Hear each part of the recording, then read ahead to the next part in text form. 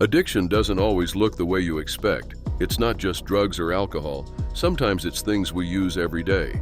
In this video, we'll uncover 5 real cases where addiction, whether to a substance, a habit, or even technology, led to deeply disturbing and unexpected deaths. These aren't just tragedies. They're warnings about how something ordinary can spiral into something deadly.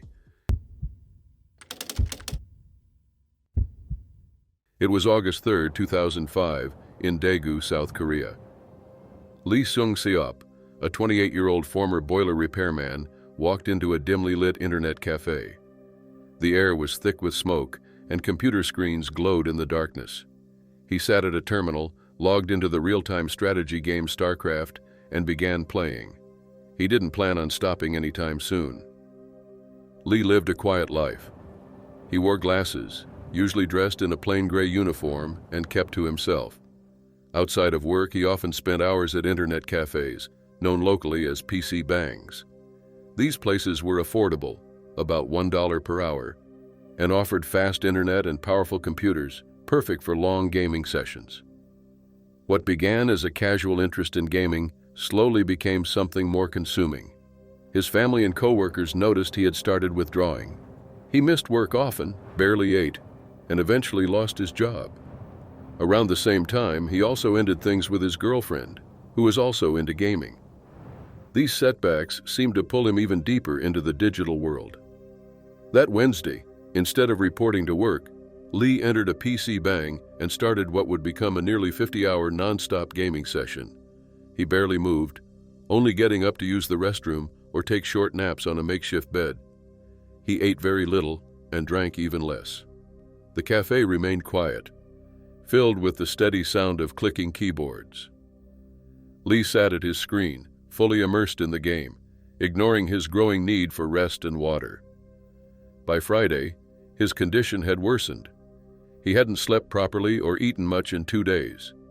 He was extremely dehydrated. That evening, his mother grew concerned.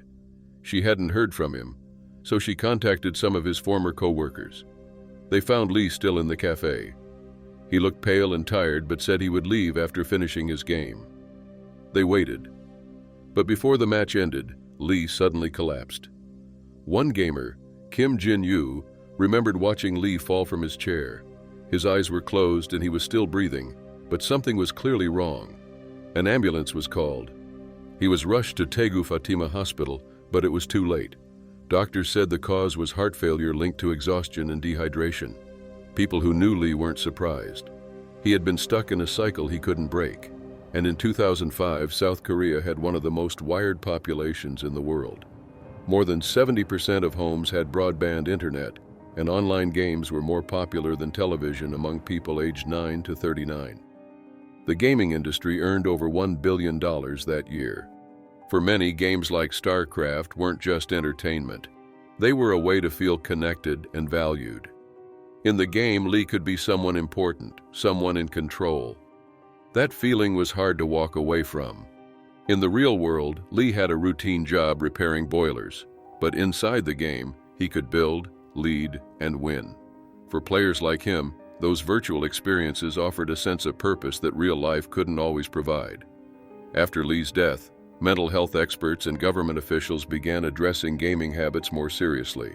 They said his passing wasn't caused by the game alone, but by poor health and neglect. As a result, changes were made. Minors were banned from entering PC bangs from 10 p.m. to 9 a.m.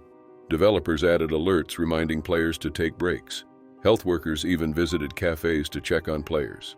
More troubling cases followed, including one where a baby was left alone while her parents played games. That incident led to legal consequences. Experts warned that this problem could spread beyond South Korea. One economist, Edward Castronova, said that for some, virtual success might one day feel more meaningful than anything real.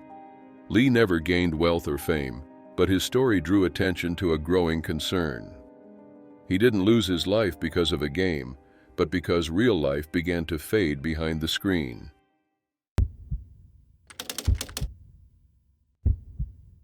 It was July 2010 in Chelmsford, Essex. Sharon Mevsimler, a 41-year-old mother of 4, was in a reinforced hospital bed at Broomfield Hospital. Just a few weeks earlier, she had celebrated her birthday with her family, smiling next to a large cake.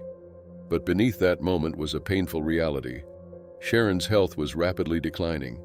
By the end of that day, she had passed away. Sharon's story is not just about her size. It's about emotional pain, dependence, and a long physical decline that many saw coming but couldn't stop. When Sharon married her husband Bulent in 1989, she weighed around 8 stone. She was energetic and healthy. But after having children, things changed. Sharon said she experienced postnatal depression, and food became a way to cope. She turned to fast food, sweets, and large portions. Over time, this became routine. By the early 2000s, Sharon was eating up to 12,000 calories each day, about 6 times more than the average recommendation for women. At night, she often binged alone, sometimes finishing entire tins of chocolates or packets of biscuits in one sitting. By 2003, she weighed 35 stone and could barely move. She used a mobility scooter, but even that became too difficult. Her health got so bad she needed full-time care. Bulent quit his job to care for her, and their children helped with daily tasks like lifting her onto the commode. Bulent also gave her daily sponge baths. Sharon later said she and her husband hadn't shared any physical closeness in over a decade.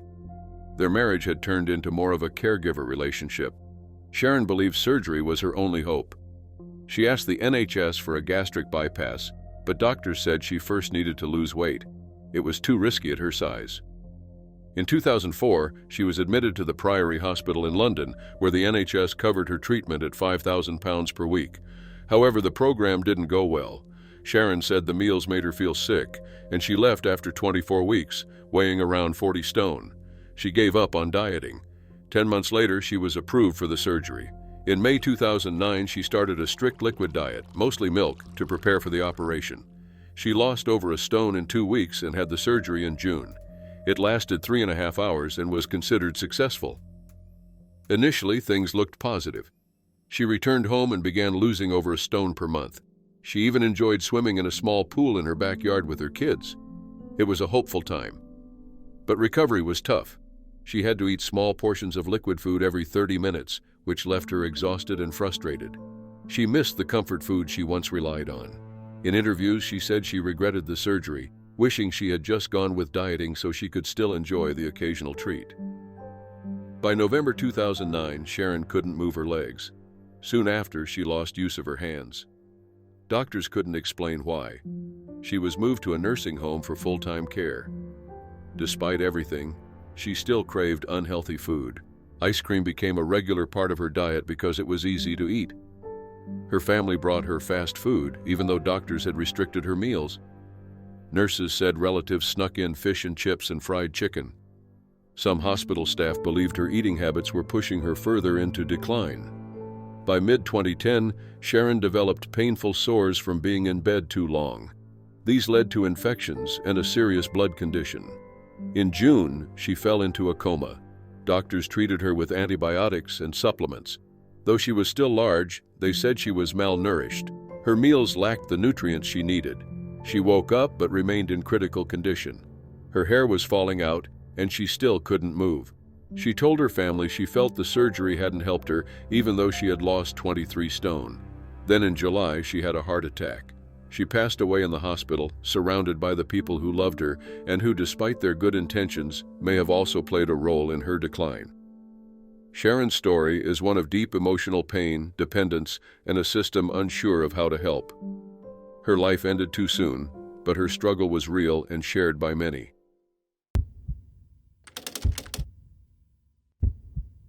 It was July 26, 2022, in Ribeirão Preto, Brazil. Valdir Sagato, a 55-year-old former construction worker and internet personality, woke up on his birthday facing a medical emergency. He was alone, like he usually was. His body, once his pride, was now breaking down. That morning, something went terribly wrong. For the past 10 years, Valdir had focused on one goal: size. Not strength, not health, just appearance. He wanted to be massive. Online and in his neighborhood, people called him the Hulk, He-Man, and the Monster. He liked those names. He wanted to stand out, and he was willing to go to extremes to do it. But Valdir didn't start out this way. In his younger years, he had struggled with serious addiction. It left him thin and unhealthy. Locals cruelly nicknamed him Skinny Dog. He later admitted that he barely ate and was wasting away. Eventually, he knew he had to change or he wouldn't survive. So he gave up the substances, joined a gym, and began working on his body. But normal progress wasn't enough. He wanted faster, bigger results. That's when he started using synthol. Synthol isn't a performance enhancer. It doesn't improve strength. It's a cosmetic oil, mostly made of oil, lidocaine, and alcohol. It creates the look of large muscles by inflating areas like the biceps or chest. The results are often unnatural, but for Valdir, that was the point. People noticed him, and that gave him purpose. Once he began, he couldn't stop. His arms swelled to 23 inches. His chest and shoulders followed. Online, his muscles looked more like balloons than actual muscle, but that brought him fame. He became known on TikTok as @Valdir Sagatu Official, and on Instagram, he called himself Valdir Synthol. Videos of him flexing and talking about his body attracted more than 1.7 million followers. One clip got over 5.8 million views. Whether people supported him or mocked him, they were watching, and that's all he cared about. In real life, things were different. Valdir mostly lived alone. A neighbor, Moises da Conceição da Silva, said Valdir had rented a small house behind his family's property for 15 years. He rarely had visitors and didn't seem to have friends outside the internet. Doctors had warned him for years. They said synthol could cause nerve damage, infections, serious breathing issues, or worse. In one appointment, they told him clearly that continuing could lead to death. Valdir didn't listen. Back in 2016, he said, "Doctors tell me to stop, but it's my decision. I use it because I want to." His friend Fernando Carvalho da Silva said he tried to help, but Valdir refused. "He's happy like that," Fernando said. "It's his risk. He wants to be famous." By 55, Valdir's health had already started to fail. He'd once been rushed to the hospital for breathing trouble. His neighbors helped save him that time. But on his birthday in 2022, he wasn't so lucky. Around 6 a.m., Moises and his mother heard frantic knocking. Valdir was outside, struggling to breathe. He told them, "Help me because I'm dying." They rushed him to the North Emergency Care Unit, but when they arrived, Valdir collapsed in the reception area. Moises believed he had a heart issue. Medical staff tried to revive him, but it was too late. Valdir passed away on his 55th birthday. News of his death shocked his followers. His final TikTok, posted a day earlier, was quickly filled with farewell messages. Over time, more details came out. Valdir had been injecting synthol since 2013 and often joked about using it as part of his daily routine. He once said bodybuilding helped him escape the pain of his past, losing loved ones and dealing with addiction. But what began as an escape had turned into an obsession. People online had begged him to stop. Others laughed at him. But Valdir stayed focused on the one thing he felt gave him purpose. "I can't please everyone," he said. "I try not to worry about their opinions." Valdir's end wasn't sudden. It came after years of choices, his own. And in the end, the image he built became the very thing that took him down.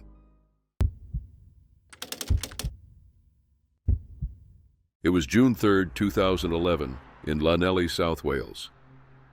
Samantha Jenkins, a 19-year-old shop assistant, had just spent a warm summer day in town with her younger sister, Sophie. She was in good spirits, wearing a t-shirt and shorts in the heat. But later that evening, everything changed. Samantha came home feeling unwell. She told her mother, Maria Morgan, that her stomach hurt after drinking a bottle of soda. "It's gone right through me," she said. Maria believed it was dehydration and told her to rest and drink some water. But soon after, Samantha couldn't hold her water bottle. "I can't even pick it up," she said. Maria advised her to lie down. As Samantha went upstairs to get a quilt, there was a sudden loud thud. Maria and Sophie rushed to her. Samantha called out, "Is this what it's like to die? I feel paralyzed." Moments later, she collapsed again. She was taken to Prince Philip Hospital, where doctors put her into an induced coma because of constant seizures. Her brain was swelling, and doctors quickly checked her blood. They found her salt levels, including sodium, potassium, calcium, and magnesium, were dangerously low. They tried to correct the imbalances, but it was too late. Samantha never regained consciousness. She passed away on June 6th, just 3 days later, in her mother's arms. At first, her death was ruled as natural causes, but Maria wasn't convinced. Samantha had been healthy with no known medical issues. What had gone wrong? Doctors also had questions. Several specialists wondered if Samantha had been exposed to something harmful, even suggesting common household products like nail polish remover. But no clear answers came. While going through Samantha's things in the months after her passing, Maria noticed something strange. Chewing gum wrappers. Dozens of them were found in drawers, bags, and pockets. Samantha had been constantly chewing gum, and all of it was sugar-free. Maria started researching and found that sugar-free gum contains artificial sweeteners like sorbitol and aspartame. Sorbitol, in large amounts, acts as a laxative. It can lead to dehydration and loss of vital minerals. Aspartame has also been debated for years, even though it's approved for use. Maria took her findings to officials and asked for a new investigation. Her request was denied at first, since the cause had already been labeled as natural. But she kept pushing, and in 2015, 4 years later, a full inquest was finally granted at Swansea Coroner's Court. Pathologist Dr. Paul Griffiths, who performed the post-mortem, revealed something unusual. 4 to 5 bright green lumps of chewing gum were found in Samantha's stomach. He said he had never seen anything like it. He also confirmed Samantha's electrolyte levels were severely low. These minerals are essential for nerve function and heart rhythm. Her body had likely struggled to absorb them. Dr. Griffiths explained that while gum itself isn't dangerous, consuming it in large amounts can interfere with how the body processes nutrients. Samantha had been chewing up to 14 sticks of gum daily, about 16.8 grams of sweeteners per day, a large amount for someone her size. Sorbitol can lead to constant fluid loss. If the body keeps losing fluids and minerals, it can eventually lead to serious problems like seizures and brain swelling, exactly what happened to Samantha. Dr. Griffiths couldn't confirm that gum was the direct cause of death, but he said the connection was possible. He submitted a report to the UK Drug Monitoring Unit to raise awareness. The coroner's final statement said Samantha died from brain swelling caused by seizures, which were linked to severe mineral imbalances. Her normal diet and excessive gum chewing may have contributed to this. Maria finally had some form of closure, though not all the answers. She continues to speak publicly, warning others about overusing artificial sweeteners in everyday items like gum and diet drinks. Samantha's case remains one of the few where gum was linked, even partly permitted, to a fatal result. While no one can say for sure it was the cause, her story has raised new questions about how much is too much, even with something as ordinary as chewing gum.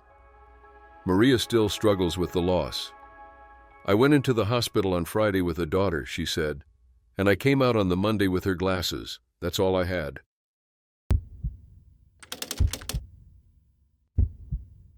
It was February 1974 in Croydon, England. Basil Brown, a 48-year-old man, was deeply committed to natural wellness. Though not a licensed medical professional, he spent years studying nutrition and science. He believed processed foods were harmful and that natural products like juices and supplements held the key to good health. That winter, Basil decided his body needed a full cleanse. His plan? Drinking 1 gallon of carrot juice every day and taking extremely high doses of vitamin A. He believed this would remove toxins and keep him healthy, but instead it caused severe damage. Over 10 days, Basil drank roughly 10 gallons of carrot juice, about 4.5 liters daily, and took massive amounts of vitamin A. By the end of that period, he had consumed a total of 70 million units of vitamin A, which is more than 350,000% above the recommended limit. At first, he didn't notice anything wrong, but vitamin A, unlike some other vitamins, doesn't flush out of the body easily. It's fat-soluble, which means it builds up in the liver. That buildup leads to a condition called hypervitaminosis A, essentially vitamin A overload, and that's exactly what happened to Basil. Soon, the changes became obvious. His skin turned a deep yellow due to beta-carotene, the compound in carrots that gives them their color and turns into vitamin A in the body. The condition is called carotenemia, and while normally harmless, in Basil's case it signaled something worse. Despite these signs, Basil continued with his routine. He truly believed he was helping his body, but by the 10th day, he had grown weak. His liver, overwhelmed by the vitamin A, could no longer function. That day, Basil collapsed. An autopsy later confirmed the cause. His liver had completely failed. The damage resembled what doctors typically see in patients with long-term alcohol-related liver issues. It was a condition known as cirrhosis. But Basil didn't drink. His liver shut down from vitamin A toxicity alone. Dr. David Haler, the pathologist who conducted the autopsy, confirmed that Basil's death was directly caused by the huge intake of vitamin A from both supplements and carrot juice. Carrots are usually considered very healthy. They're rich in fiber, potassium, vitamin C, and beta-carotene. In normal amounts, beta-carotene helps the body produce vitamin A safely. But too much, especially from concentrated sources like juice, can cause the body to store more than it needs. And when combined with strong vitamin A supplements, that buildup can quickly turn dangerous. The body needs vitamin A for important functions like vision and immune defense. But once it gets too much, it can't get rid of the excess easily. That's what happened to Basil. His intake reached about 10,000 times the safe daily limit. The case shocked health experts. This wasn't caused by dangerous substances or a serious illness. It came from a mistaken belief in the benefits of natural health, taken far too far. Basil meant well. He believed more vitamins meant more protection. But he ignored the body's limits. Vitamin A poisoning is rare but not unheard of. In the past, similar cases involve people eating the livers of Arctic animals which naturally hold high vitamin A levels. But Basil's death stood out. His fatal overdose came from everyday items, carrots and supplements. His story quickly spread among health communities. It led experts to speak more openly about the risks of overusing fat-soluble vitamins like A and D. Even natural products can be dangerous when taken in extreme amounts. Most people won't face this kind of risk from eating carrots.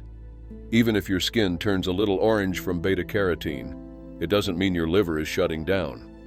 But when that compound is combined with excessive supplement use, the risk becomes real. Other foods can also become unsafe in large amounts. Tuna, for example, can carry mercury. Even common spices like cinnamon or nutmeg can be harmful in high doses. Moderation is key. Basil trusted his health plan, but that trust, mixed with extreme practices, ended his life. His death wasn't from something foreign or unknown. It was from too much of something most of us see as safe. His case remains one of the most unusual health-related deaths ever recorded.